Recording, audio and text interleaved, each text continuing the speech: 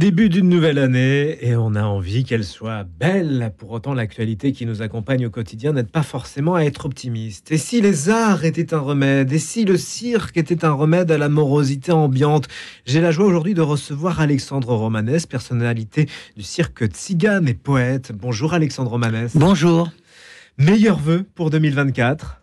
Et comment allez-vous? Que vous souhaitez pour cette nouvelle année? Comment je vais? J'ai envie de dire que je vais horriblement bien. Ah, ça c'est formidable. Oui, c'est difficile parce que on s'aperçoit que le public est de moins en moins nombreux. Beaucoup de gens ne sortent plus. Ouais. Alors, nous, au Cirque Romanès, la moitié du public, peut-être même les trois quarts, on a le public du théâtre. On n'a pas tout à fait le public du cirque. Mais on me dit que les théâtres sont vides. Ah oui. Alors c'est quand même embêtant. Alors on a encore un peu de monde, mais c'est un peu juste. Et ça vient d'où tout ça? Je pense que les Français sont un peu déprimés et ils ont raison. Ils n'ont pas tort. Pourquoi? Tout ce qu'on entend, c'est inquiétant quand même. Quand vous entendez que 120 personnes prennent un coup de couteau tous les jours en France, que le nombre de viols, de gens tabassés pour rien, ça fait peur. Comment se porte le cirque romanais? Vous avez dit que vous aviez un peu moins de monde en ce moment. On a un peu moins de monde, alors il faut dire qu'on n'a pas les frais des grands cirques non plus. Hein. Notre chapiteau mesure 20 mètres, c'est tout petit. On n'est pas très nombreux non plus à l'intérieur du cirque. Mais comme le chapiteau est tout petit, il y a une proximité, les gens sont très près. On n'est pas nombreux, mais ça se voit pas qu'on n'est pas nombreux, parce que le chapiteau est petit. Et moi, ce qui me plaît avec ce qu'on fait, avec les spectacles qu'on donne, c'est que les gens sortent du cirque et disent « Vous êtes le cirque le plus poétique ». Oui. Et avec le sourire. Et ils nous disent on vous renvoie tous nos amis. Tout le monde nous dit ça. Ça, c'est quand même formidable. Le plus poétique, moi, c'est une critique qui me touche. Oui, vous dites poétique. Justement, parlez-nous un petit peu de ce spectacle qui aide à lutter contre le pessimisme tant on s'évade grâce à vous. Oui, alors il y a une chose aussi qui est amusante, c'est que les gens nous disent « Votre spectacle nous donne du courage ». Oui, c'est vrai. Ça, c'est très étonnant. Je ne m'attendais pas à ce genre de critique. Et on a souvent cette critique. Votre spectacle nous donne du courage. Et parlez-nous un petit peu de ce spectacle.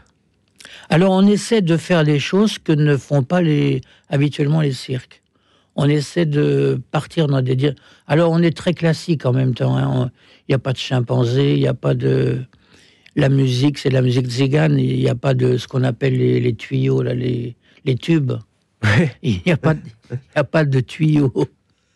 D'une certaine manière, on est très classique et en même temps, on est très inventif. On fait des choses que ne font pas les autres. Voilà, et puis, je vous dis, le public sort avec le sourire, et ça, c'est formidable. Quelle est la recette? Vous dites... Mais il n'y a pas de recette. Ouais.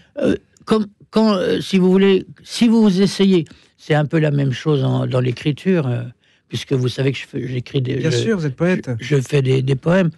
Si vous voulez faire du poétique, ce n'est pas poétique. La poésie, elle naît de... s'il y a une chose que j'ai du mal à expliquer, c'est la poésie. Je ne sais pas vraiment d'où ça vient. J'avais une idée de la poésie, par exemple... je disais, prenons une famille maghrébine dans une vieille voiture, avec les enfants à l'arrière avec la morvonnée, l'aile un peu enfoncée, enfin des vrais pauvres, des pauvres authentiques. Et je disais, ils ont une chose, ils sont poétiques. Et puis, il n'y a pas tellement longtemps, à Neuilly, une voiture s'arrête devant moi, une Rolls-Royce. Le chauffeur descend de la voiture, il ouvre la portière, il y a une petite fille de... elle avait 6 ou 7 ans, pas plus. avec une petite jupe plissée, 2 petites nattes impeccables, et sans regarder ni à droite ni à gauche, elle sort de la voiture et elle rentre dans l'immeuble. Et j'ai dit, c'est hautement poétique. C'est-à-dire que mon idée de la poésie était fausse. La poésie peut naître partout. On parle de poésie, peut-être un poème. Alors, oui, un poème. Vous en direz un autre plus tard, peut-être, mais déjà là, j'ai envie de vous entendre. Oui. Entre le monde et moi, aucune réconciliation n'est possible. Moi, je préfère l'oiseau, impassible sur la falaise et qui s'élance dans le vide. Merveilleux. Alexandre Romanès, on parle de cette morosité ambiante. Comment faites-vous pour ne pas vous laisser submerger par l'actualité qui est quand même assez sombre en ce moment? Il y a une chose qui m'étonne, c'est que ça fait très longtemps qu'on parle des problèmes de la drogue. Ouais. En ce moment, toute la presse ne parle que de ça. Hein. Il y a une chose qui me surprend, c'est que finalement, rien n'a été fait pour empêcher la consommation de drogue. Et il y a une mesure qui casserait complètement la consommation, c'est de punir les consommateurs. Celui il souffle dans le ballon et il est positif, il part 3 mois derrière les barreaux. Eh bien là, croyez-moi, la drogue, c'est terminé. Plus personne n'y toucherait. Et ça n'a jamais été fait. Parce que punir ceux qui vendent, ça ne sert à rien du tout. Celui qui vend de la drogue, il est hors circuit. Le jour même, il a un remplaçant. Ça ne sert à rien. Mais punir le consommateur, là, ça ferait réfléchir beaucoup de monde. Vous arrivez à prendre du recul, à vous détacher de tout ça pour continuer à créer? Alors, on a des défauts, hein, on n'a pas que des qualités, mais je peux vous dire que au Cirque Romanès, il n'y a pas de garçons ou de filles qui se droguent, ça c'est sûr. Je le saurais. Et ce qui m'étonne aussi, il y a une chose qui m'étonne aussi, c'est que on ne dit jamais que le président de la République n'est pas très intelligent. On ne le dit pas. Et moi, je dis une chose simple.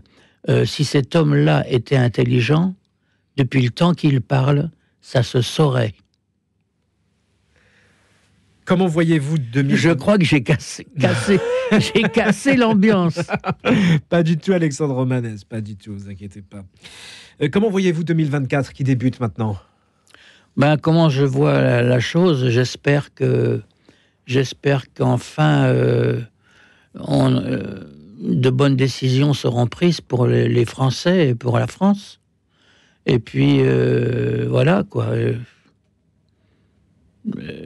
On espère tous. On ne comprend pas d'ailleurs. Il y a des choses simples à faire en France. C'est pas si compliqué que ça de gouverner. C'est pas vrai. On voudrait nous faire croire qu'il faut être un génie pour gouverner un pays. C'est pas vrai. C'est faux tout ça.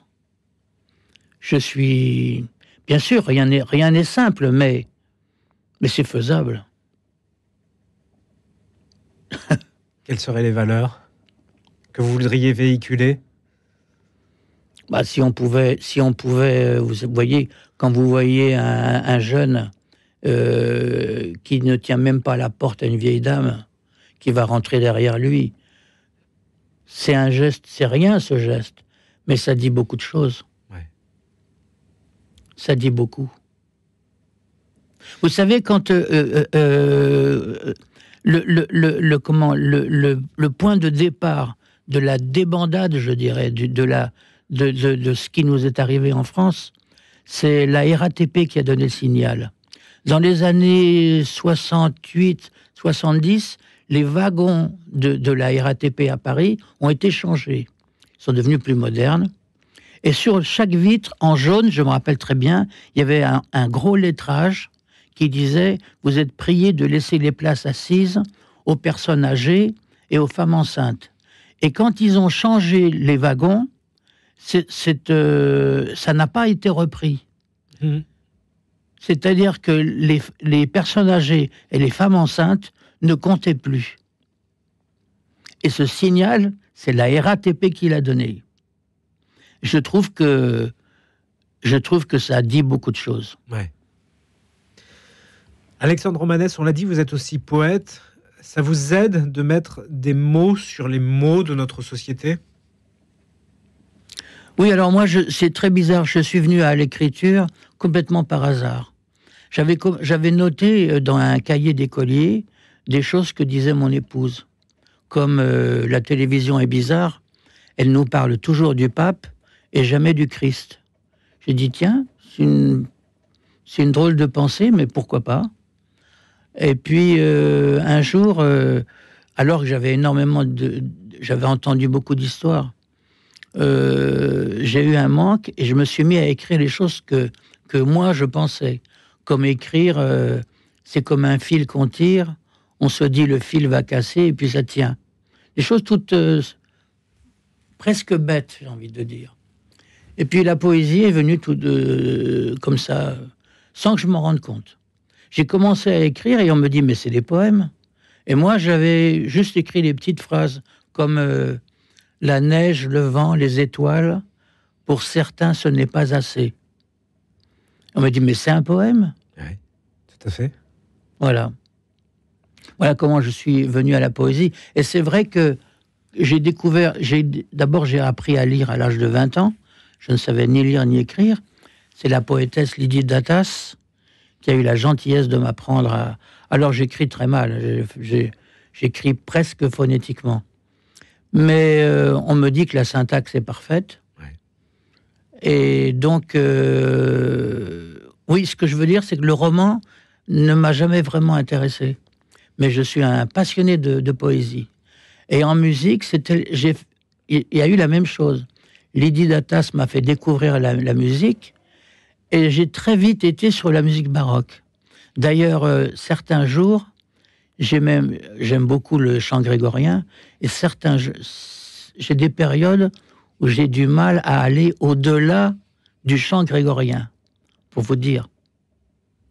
Mais voilà, la poésie et la musique baroque, c'est vrai, j'aime beaucoup. Qu'est-ce qui vous inspire dans l'écriture de vos poèmes? Quels sont vos thèmes? J'essaie de dire quelque chose. Oui. En fait, je crois que j'ai compris récemment, en feuilletant un petit peu le tout, je dis deux choses. Je dis que l'homme, mais c'est curieux d'ailleurs, parce que quand je dis l'homme, c'est vraiment l'homme, c'est pas la femme. L'homme est épouvantable. Un homme peut faire rentrer des femmes et des enfants dans une église et mettre le feu. Une femme ne peut pas faire ça. L'homme est terrible. Et puis, la vie est trop dure. La vie est terriblement dure. Et c'est ce que je dis dans mes livres. Voilà. Et puis, dans mes livres, je le dis très discrètement, puisque dans un livre, on ne peut même pas mettre le mot Dieu, mais on comprend que je parle de Dieu dans mes livres. Je vous donne un autre poème. Marcher droit, baisser la tête, dire oui. Est-ce que moi, je les oblige à regarder le ciel? Ouais. Est-ce que la culture tzigane résiste mieux à la morosité? Non, on peut pas. Ce monde, cette société massacre tout le monde. Tout le monde. Et nous qui avons une culture très forte, je vois bien que la jeunesse a de plus en plus de mal. De plus en plus de mal. Non, c'est une société... on vit dans une société impitoyable. J'ai encore cassé l'ambiance, là. Moi, j'ai envie de savoir ce qui vous fait peur dans cette société actuelle. Non, des gestes tout simples comme, vous voyez, c'est pas possible. Quand vous avez entendu hier une femme de 75 ans qui s'est fait violer. Non, mais c'est pas possible. Et puisqu'on nous dit que tout est décidé par le président de la République, que fait cet homme? Il ne bouge pas. Ça ne le touche pas. C'est incroyable. Quel message vous avez envie de faire passer en ce début d'année? Le message, c'est que, je sais pas, il faut que les gens il faut se mobiliser, il faut il faut qu'il y ait plus de solidarité entre nous. Et puis voilà, c'est pas possible de continuer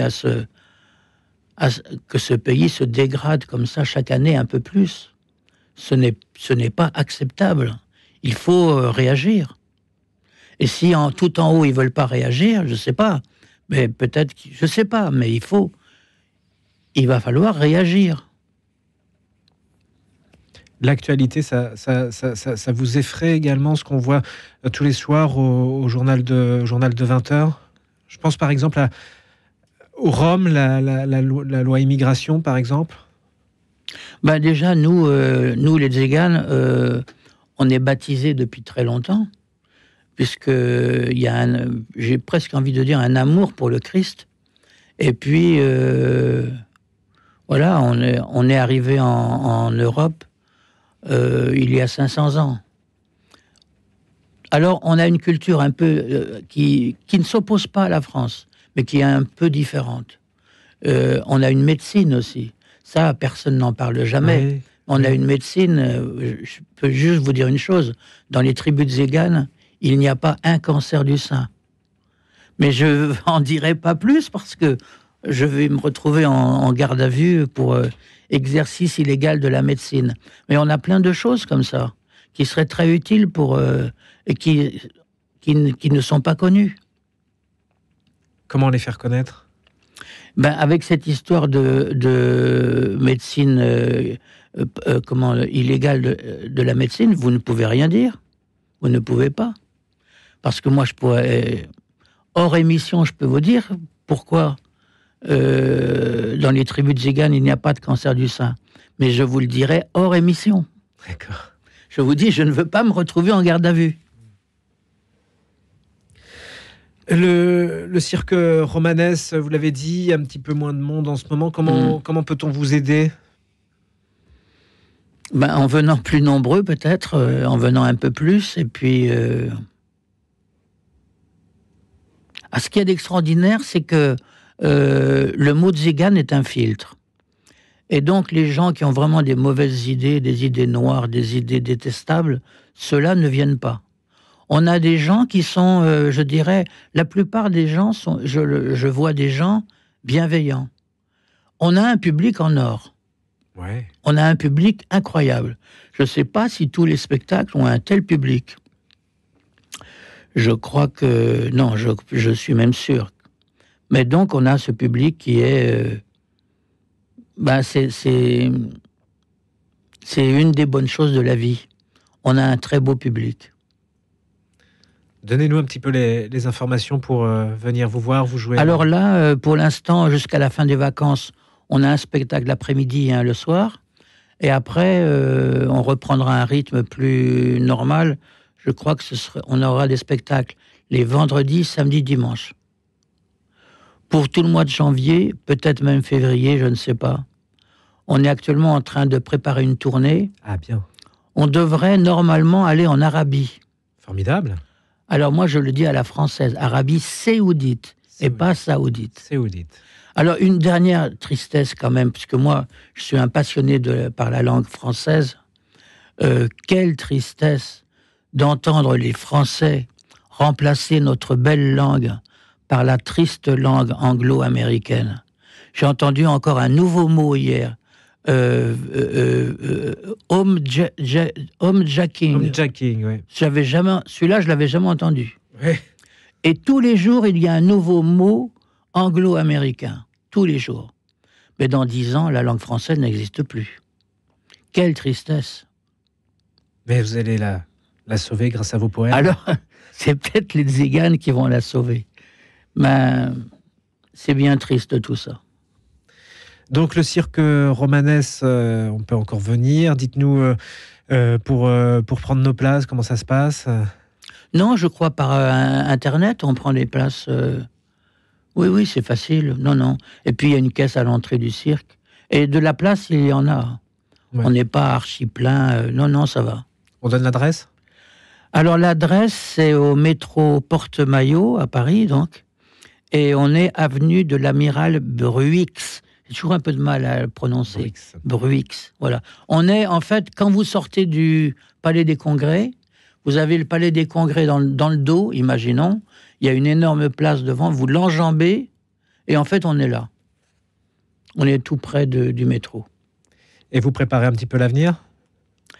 Alors, oui, tous les ans, je fais un enfant. Non, je plaisante. Non, je plaisante.